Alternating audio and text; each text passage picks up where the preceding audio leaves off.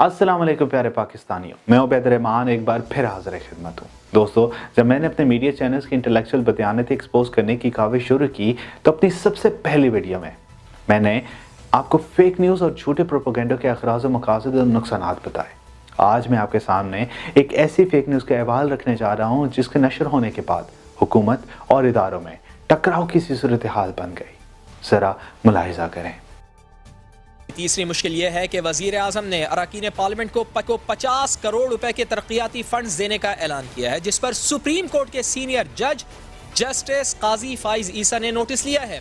Attorney general और advocate generals को notice भी जारी कर दिए गए हैं।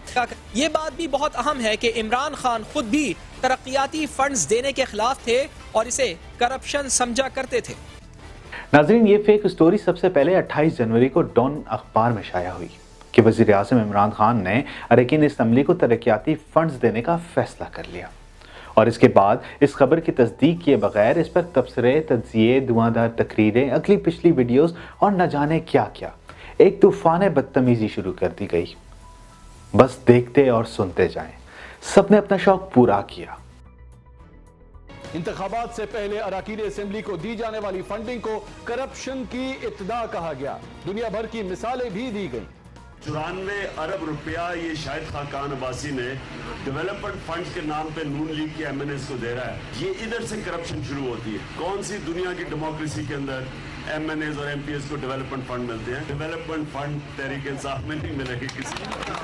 पहले जिसे करप्शन कहा, अब वही काम किया जाए और सेनेट इलेक्शन से पहले फी एमपीए और एमएनए 50 करोड़ के फंड्स देने का ऐलान किया जाए। तो मेरे कप्तान, ये कैसा इंसाफ है? तौर पर जो पीपल्स पार्टी और नून लीग की हुकूमतें हैं, उनके ऊपर एक सबसे बड़ा चार्ज जो खुद तहरीक इंसाफ की जानिब से था और वो दुरुस्त था, वो ये था कि तरक्याती जो फंड्स थे उसकी बंदरबांट की जाती थी। 25 करोड़ तुम ले लो, 5 करोड़ तुम ले लो, 10 करोड़ तुम ले लो। वो अपनी मर्जी से उस इलाके के अंदर जो स्कीमें ले आए। जो अली मोहम्मद खान तगड़े हैं तो ज़्यादा मनसूबे मंजूर करवा लें, अगर जवेद अब्बासी साहब ज़्यादा तगड़े हैं तो वो अपने हिस्से से ज़्यादा फंड्स ले जाएं। ये काम सारा असम्बली में चलता था और ये फेवर के तौर पर दिया जाता था। पीटीआई इसकी बहुत बड़ी नाक़द थी, कहती थी ये गलत है। मेरिट है एक सिस्टम में, प्लानिंग कमीशन के मंसूबे हैं, वो बनाए, रेट ऑफ रिटर्न किसका, इकोनॉमिक रेट ऑफ रिटर्न किसका, लीस्ट डेवलप्ड एरियाज को सामने रखे। लेकिन अब पीटीआई की जो पोजीशन है आज, उसके ऊपर सुप्रीम कोर्ट ने सवाल पूछा है। उन्होंने कहा कि ये जो खबरें छपी हैं अखबारात के अंदर कि आप इतने फंड्स देने लगे हैं 50 करोड़ रुपए के। देश में जो काम नाजायज और हराम होते हैं ना, इक्तदार में आते ही वो सब कुछ जायज और हलाल हो जाता है। इमरान खान साहब, आप अपोजिशन में थे तो अरकान असेंबली को तरक्याती फंड्स देने के सख्त मुखालिफ थे। आपके नजदीक तरक्याती फंड्स एक रिश्वत थी, करप्शन का खुला रास्ता था। आपने कई बार ऐलान किया कि आपकी हुकूमत किसी को तरक्याती फंड्स नहीं देगी, लेकिन अब आपने अपने अरकान असेंबली को 50 करोड़ रुपए तरक्याती फंड देने का फैसला किया है। खान साहब, ये तजाद क्यों? इमरान खान भी इक़्तिदार में आने से पहले अरकान असेंबली को तरक्याती फंड्स के इजरा की मुखालफत करते रहे, उसे करप्शन कहते रहे। किसी एमएनए एमपीए को कभी डेवलपमेंट फंड नहीं मिलेगा। 90 दिन में बल्दियाती इलेक्शन करवा के सारे फंड नीचे गांव तक एमपीएस, इनका काम कानून साजी होना चाहिए, इनका काम डेवलपमेंट फंड लेना नहीं चाहिए। 90 अरब रुपया ये शाहिद खाकान अब्बासी ने डेवलपमेंट फंड के नाम पे नून लीग के एमएनएस को दे रहा है। ये इधर से करप्शन शुरू होती है। फिर हुआ ये कि इसी असना में गालिबन 3 फरवरी को जस्टिस काजी फाइज ईसा ने इस फेक न्यूज़ पर सो मोटो ले लिया, जिसके बाद इस तासुर को मज़ीद तक़वियत मिली कि वज़ीर आज़म इमरान खान भी माजी के हुक्मरानों की तरह अरकान असम्बली को तरक्याती फंड्स देने और अपने सबबदीदी इख्तियारात इस्तेमाल करने जा रहे। लिहाजा इल्ज़ामात की बौछार ज़ोर शोर से जारी रही और ये सिलसिला 28 जनवरी से 11 फरवरी यानी फैसला आने तक जारी रहा। अच्छा, यहाँ एक और बात वाज़ेह करता चलूँ कि वज़ीर आज़म इमरान खान अपने सबबदीदी फंड्स के इख्तियारात अपने दौरे हुकूमत के आगाज़ में ख़त्म कर चुके हैं, लेकिन फिर भी हमारे मीडिया की जानिब से बिना तस्दीक और तहकीक के ये सारा शोर हंगामा जारी किया गया। अब हम आपको बताते हैं इस फेक न्यूज़ का ड्रॉपसी। दरअसल 3 फरवरी को एक और केस का फैसला देते हुए जस्टिस काजी फाइज ईसा साहब ने डॉन न्यूज़ की इस फेक न्यूज़ खबर का नोटिस ले लिया और अटॉर्नी जनरल समेत वफाकी सेक्रेटरी ख़जाना और सूबाई सेक्रेटरीज को भी तहरीरी ऑर्डर जारी किए गए और सवाल किया गया कि फ़ंड्स के इजरा का क्या मामला है। क्या वज़ीर आज़म इमरान खान अरकान असम्बली को फंड जारी करने वाले हैं? जिस पर अटॉर्नी जनरल की जानिब से कहा गया कि इनको कुछ वक्त दिया जाए।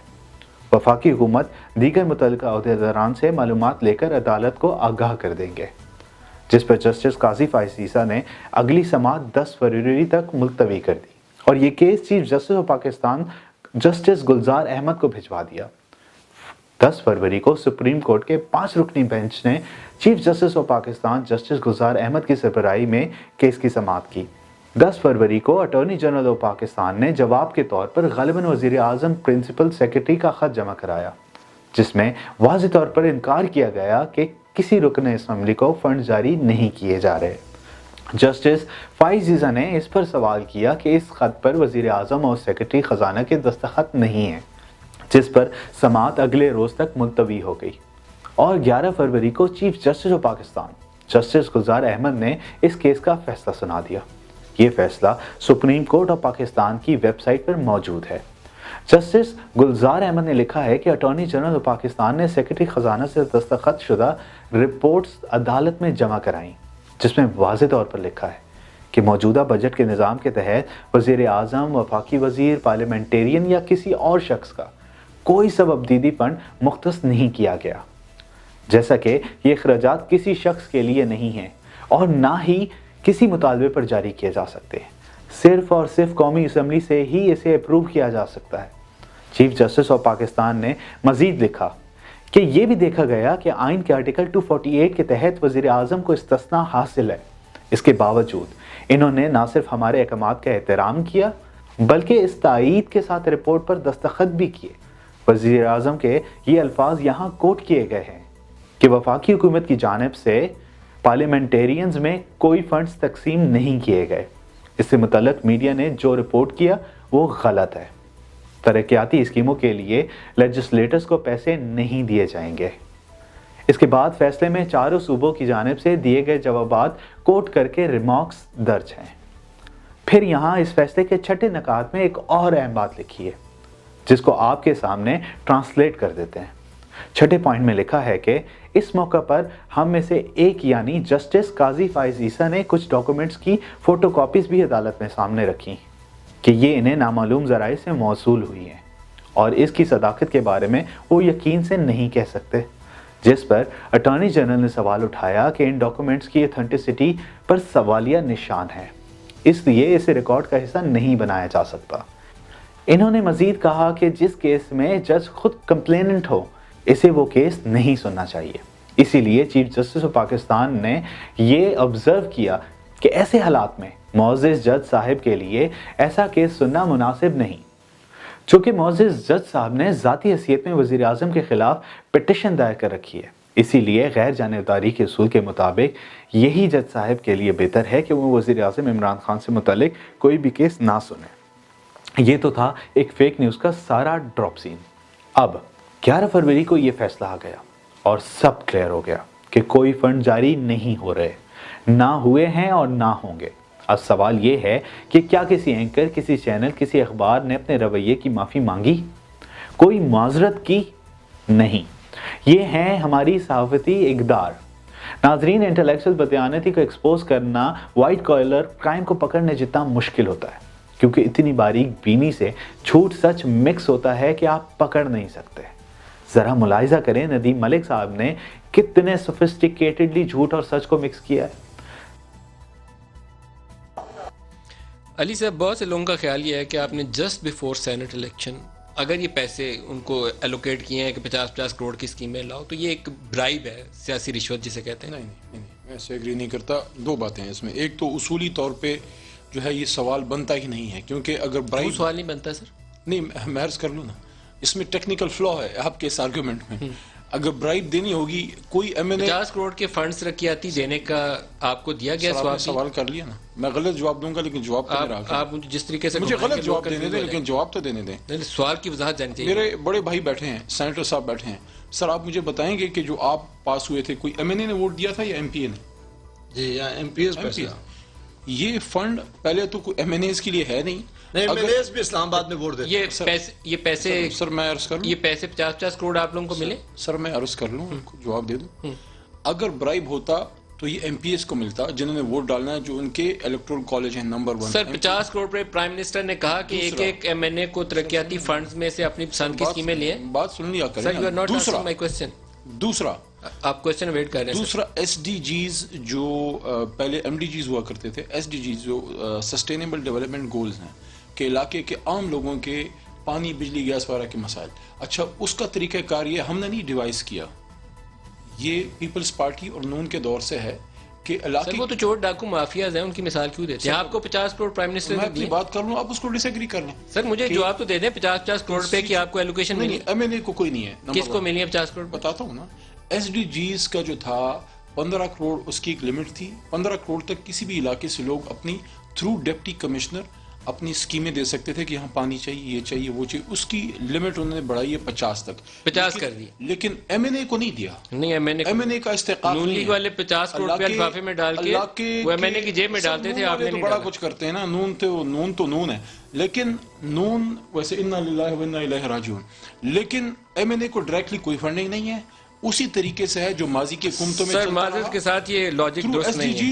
جو اس وقت کام غلط تھا وہ آج بھی غلط ہے. اگر یہ آج صحیح ہے تو اس وقت بھی صحیح ہے. آئیڈینٹیفائی کریں گے. قاہرہ صاحب آپ اس کو جواب دینا چاہیں گے اور روڈ ملے. آپ اس کا جواب دینا چاہیں گے. لیکن ڈائریکٹ فنڈنگ کسی ایم این اے کو نہیں ہے. جی ندیم صاحب گزارش یہ ہے, فنڈنگ کا طریقہ ایگزیکٹلی والی عمر ٹھیک کہہ رہے ہیں. فنڈنگ کا طریقہ بالکل وہ ہے جو ماضی میں ہوتا تھا, بالکل ایسا ہی ہے. ایسے ہی پیسے ایلوکیٹ ہو رہے ہیں, ایسے ہی اسکیمز آئیڈینٹیفائی ہو رہی ہیں. فرق صرف یہ ہے کہ کل خان صاحب اس کو حرام کہتے تھے, اس کو ام الخبائث کہتے تھے, اس کو برائیوں کی جڑ کہتے تھے. آج یہ اچانک ساری اچھائیاں جو ہیں اس میں شامل ہو گئی ہیں. آج اس کے سارے دکھ دور ہو گئے. سب سے پہلے تو یہ کہ ہو سکتا ہے کہ تحریک انصاف کا نمائندہ اینکر صاحب کو اپنی بات سمجھانے میں ناکام رہا ہو, مگر یہ واضح طور پر بتا دیا کہ ایم این ایز کو کوئی فنڈ نہیں دیے گئے. اب اصل بات یہ ہے کہ ندیم ملک صاحب یہاں دو باتوں کو مکس کر رہے ہیں. علی محمد یہاں جس ماضی کے طریقہ کار کی بات کر رہے ہیں وہ آئین میں درج طریقہ کار ہے, جس کے مطابق سالانہ بجٹ میں ترقیاتی فنڈز مختص کیے جاتے ہیں, اور پیپلز پارٹی اور نون لیگ اور بالخصوص نواز شریف کا فنڈز تقسیم کرنے کا طریقہ کار اس سے بالکل مختلف تھا. یہ سب ابدیدی فنڈز تھے جو بطور رشوت جاری کیے جاتے تھے, جو نواز شریف نے اپنے ایم این ایز پر خوب لٹائے, اور یہ وزیر اعظم عمران خان نے آتے ہی ختم کر دیے. ناظرین, اگر آپ کو یاد ہو اور آپ نے ان کے جلسوں کی تقریروں میں بھی سنا ہوگا کہ فلاں جگہ کے لوگوں اتنا پیسہ تم پر قربان ہے, قربان ہے, قربان ہے, خالی ہاتھ نہیں آیا ہوں, بوریا بھر کر لایا ہوں. ناظرین, فنڈز کے اجرا کے ان دونوں طریقہ کاروں میں زمین اور آسمان کا فرق ہے, مگر ہمارے میڈیا اینکران کی جانب سے کبھی صحیح صورتحال آپ کے سامنے واضح نہیں کی جائے گی. ہمیشہ آپ کو کنفیوژن میں رکھا جائے گا اور بدگمانیاں پیدا کی جائیں گی. آج جو فیک نیوز کا احوال ہم نے آپ کے سامنے رکھا, یہ انٹلیکچوئل بددیانتی کی ایک مثال ہے, اور ایسی سینکڑوں مثالیں موجود ہیں, اور میں اپنی کوشش جاری رکھے ہوئے ہوں. مگر آج کے لیے اتنا ہی. اس ویڈیو کو لائک کریں اور سبسکرائب کریں. Thank you so much for watching. اللہ حافظ, اس دعا کے ساتھ کہ اللہ تعالی ہم سب کا حامی و ناصر ہو. خدا حافظ.